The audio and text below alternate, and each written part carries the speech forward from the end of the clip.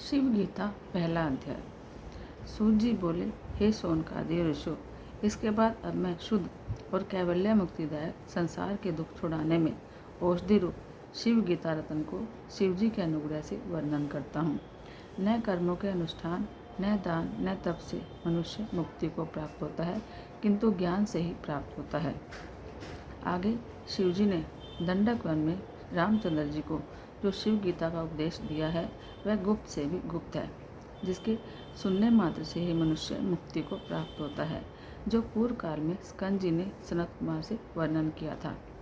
वह मुनिश्रेष्ठ सनत कुमार व्यास जी से कहते हुए व्यास जी ने कृपा करके वह हमसे वर्णन करी और कहा भी था कि यह तुम गीता किसी को मत देना। हे सूतपुत्र, ऐसा वचन पालन न करने से देव कुपित हो जाते हैं और शाप देते हैं।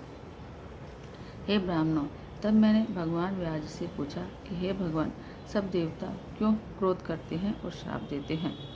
उनकी इसमें क्या हानि है जो वे देवता क्रोध करते हैं? यह सुनकर व्यास जी मुझसे बोले, हे वत्स, तू अपने प्रश्न का उत्तर सुन। जो ब्राह्मण नित्य अग्निहोत्र करते और गृह आश्रम में रहते हैं, वही सफलों के देने हारे देवताओं के कामधेनु हैं।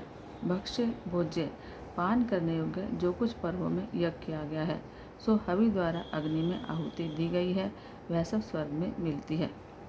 देवताओं को स्वर्ग में इष्ट सिद्धि देने वाला और कुछ नहीं है। जैसे गृहस्थी पुरुषों को दूही हुई गाय ले जाने से केवल दुख ही होता है, इसी प्रकार ज्ञानवान ब्राह्मण देवताओं को दुखदाता ही है। कारण कि यह कर्म नहीं करता, इस कारण इसके विषय भार्या पुत्र आदि में प्रवेश करके देवता विघ्न करते हैं। इससे किसी देहधारी की शिव में भक्ति नहीं होती, इस कारण मूर्खों को शिव का प्रसाद नहीं मिलता।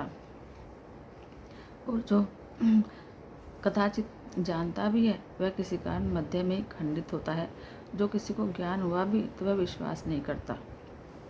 ऋषि बोले, जब इस प्रकार से देवता शरीरधारियों को विघ्न करते हैं, तो फिर इसमें किसका पराक्रम है जो मुक्ति को प्राप्त होता है? हे सूतपुत्र, आप सत्य कहिए कि इसका उपाय है या नहीं? सूत जी बोले, करोड़ जन्म के पुण्य संचय होने से शिव में भक्ति उत्पन्न होती है। उस भक्ति के होने से इष्ट पूर्तादि कर्मों की कामना छोड़कर मनुष्य शिव जी में अर्पण बुद्धि से यथाविधि कर्म करता है। और शिव जी की कृपा से जब वह प्राणी दृढ़ भक्तिमान होता है, तब विघ्न छोड़कर भयभीत हो देवता चले जाते हैं। उस भक्ति के करने से शिव जी के चरित्र सुनने की अभिलाषा उत्पन्न होती है। सुनने से ज्ञान और ज्ञान से मुक्ति हो जाती है। बहुत कहने से क्या है, जिसकी शिव जी में दृढ़ भक्ति है वह करोड़ों पापों से मुक्त हो जाता है, चाहे उसने कितने भी पाप कर रखे हों। अनादर से, मुखता से, परिहास से, कपटता से भी जो मनुष्य शिव भक्ति में तत्पर है, वह चांडाल भी हो तो मुक्त हो जाता है। इस प्रकार से भक्ति सदा सबके करने योग्य है। इस भक्ति के होते भी जो मनुष्य संसार से न छूटे, उस संसार बंधन से न छूटने वाले के समान दूसरा कोई भी मूर्ख नहीं। और कुछ शिवजी भक्ति से ही प्रसन्न नहीं होते, जो नियम से केवल भक्ति का द्रोह ही करते हैं, उन पर भी प्रसन्न हो शिव मनवांछित फल प्रदान करते हैं। बड़े मोल की वस्तु कुछ लेकर या अल्प मोल की वस्तु या केवल जल ही लेकर जो नियम से भगवान शिव के अर्पण करते हैं, शिव जी उन पर प्रसन्न हो उन्हें त्रिलोकी तक दे देते हैं। और जो यह भी न हो सके तो नियम से केवल नमस्कार और प्रदक्षिणा ही कर ले। जो नित्य प्रति शिव जी की प्रदक्षिणा करता है, उसके ऊपर भी शिव जी प्रसन्न होते हैं। और जो प्रदक्षिणा में असमर्थ हो, केवल मन में ही शिव जी का ध्यान कर ले। चलते बैठते में भी जो उनका स्मरण करे, उनको भी अभिष्ट पदार्थ प्राप्त होते हैं। चंदन, बेलपत्र और वन में उत्पन्न हुए फल जिसके अधिक प्रीति करने वाले हैं, उस शिव जी की सेवा करने में त्रिलोकी में कौन सी वस्तु दुर्लभ है? वन के उत्पन्न हुए फल मूल आदि में शिव जी की जैसी प्रीति है, वैसी ग्राम नगर में उत्पन्न हुए उत्तम फल फूलों में भी नहीं है। जो ऐसे देवता को छोड़कर अन्य देवता का भजन सेवन करता है, वह मानव गंगा को छोड़कर मृग तृष्णा की इच्छा करता है। परंतु जिनको करोड़ों जन्मों के पाप चिपट रहे हैं, उनका चित्त अज्ञान अंधकार है और उससे ढका हुआ है, और उसको शिव जी की भक्ति प्रकाशित नहीं होती। काल, देश, स्थल का कुछ नियम नहीं है, वहाँ जिसका चित्त रमे वही ध्यान करे। शिव रूप से अपने आत्मा में ध्यान करने से शिव की ही मुक्ति को प्राप्त हो जाती है।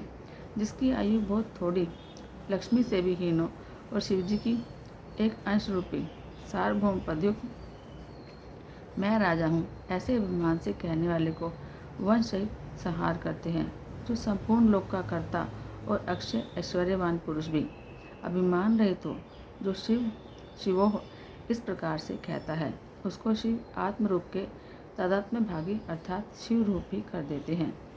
हे ऋषियों, जिस व्रत के करने से प्राणी के धर्म अर्थ काम मोक्ष चारों पदार्थ हस्तगत होते हैं, मैं वह पाशुव्रत तुम्हें वर्णन करता हूँ। विरजा नामक दीक्षा को करके विभूति और रुद्राक्ष को धारण कर वेद सार नामक शिव सहस्त्र नाम को जप करते हुए इस मानव शरीर को त्याग कर शैव शरीर को प्राप्त होने पर लोक को कल्याण करने वाले शंकर प्रसन्न होकर तुमको दर्शन देकर कैवल्य मुक्ति देंगे। जब रामचंद्र दंडकारण्य में वास करते थे, तब अगस्त्य जी ने उन्हें यह उपदेश दिया था। वह मैं तुमसे कहता हूँ, तुम भक्तियुक्त होकर श्रवण करो।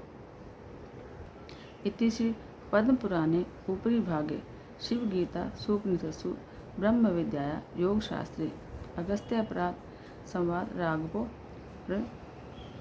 भाषा टीकायां प्रथमोध्याय।